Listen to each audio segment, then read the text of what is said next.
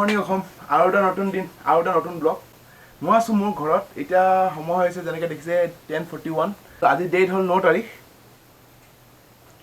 মই এতিয়া যোনটো ব্লগ দেখাব গৈ আছোঁ যোনটো ৰাইড সেইটো ৰাইড হ'ল এটা সৰু ৰাইড হয় মোৰ গুৱাহাটীৰ পৰা আগৰ ৰাইড হ'ল মই যেতিয়া চাম্বাখন ভাল আছিলে চাম্বাখন দি মই এখন এইটো গুৱাহাটী ৰাইড কৰিছিলোঁ গুৱাহাটীত শৰাইঘাট ব্ৰিজৰ পৰা মোৰ চাংচাৰি হাইৱেলৈকে চাবচোন তাতে কিমান বুৰ্বক ড্ৰাইভাৰ আছিলে এটা কিমান বুৰ্বক ড্ৰাইভাৰ কিমান ফাল্টু ড্ৰাইভিং কৰে চাব আৰু এয়াই আৰু এইটো ৰাইডটোৰ কাৰণ দেখাব খুজিছোঁ কাৰণ এইটো ৰাইডটো বঢ়িয়া লাগিছিল এটা ৰাইড আছিল কাৰণ মই যোনটো যেনেকৈ বাইকৰ যোনটো চাউণ্ড আহিছিল বা যোনবোৰ কি আহিছিলে সেইবোৰ গোটেইখিনি বঢ়িয়া লাগিছিল তাৰপৰা চাওক আপোনালোকে চাই পিনে কওক কেনে লাগিছে ব্লগটো চবকে ডাঙৰ কথা যদি মোৰ চেনেলত যদি কোনোবা নতুন আহিছে বুম কৰি এটা ছাবস্ক্ৰাইব কৰি দিব ভাম কৰি এটা লাইক কৰি দিব কাৰণ আপোনালোকৰ লাইক এটা আৰু কমেণ্ট চিয়'ৰ কমেণ্টছ কৰিব কাৰণ কমেণ্টছ এটা বহুত মেটাৰ কৰে আপোনাৰ লাইকটোতো কৰিবই লাইকটোতো মেটাৰ কৰে প্লাছ ছাবস্ক্ৰাইবটো আপোনালোকৰ ওপৰত কাৰণ যদি চেনেলটো ভাল লাগে তেতিয়া চিয়'ৰ আপোনালোকে ছাবস্ক্ৰাইব কৰিব মই জানো দেন ৰাইডটো চাওক সৰু ৰাইড হয় এটা 10 মিনিটছৰ ৰাইড হয় এইটো অলপ কাটি মেলি মই দেখাই আছোঁ আপোনাক 10 মিনিটছৰ ৰাইড হয় সেইটো আপুনি এনজয় কৰক বাছ থেংক ইউ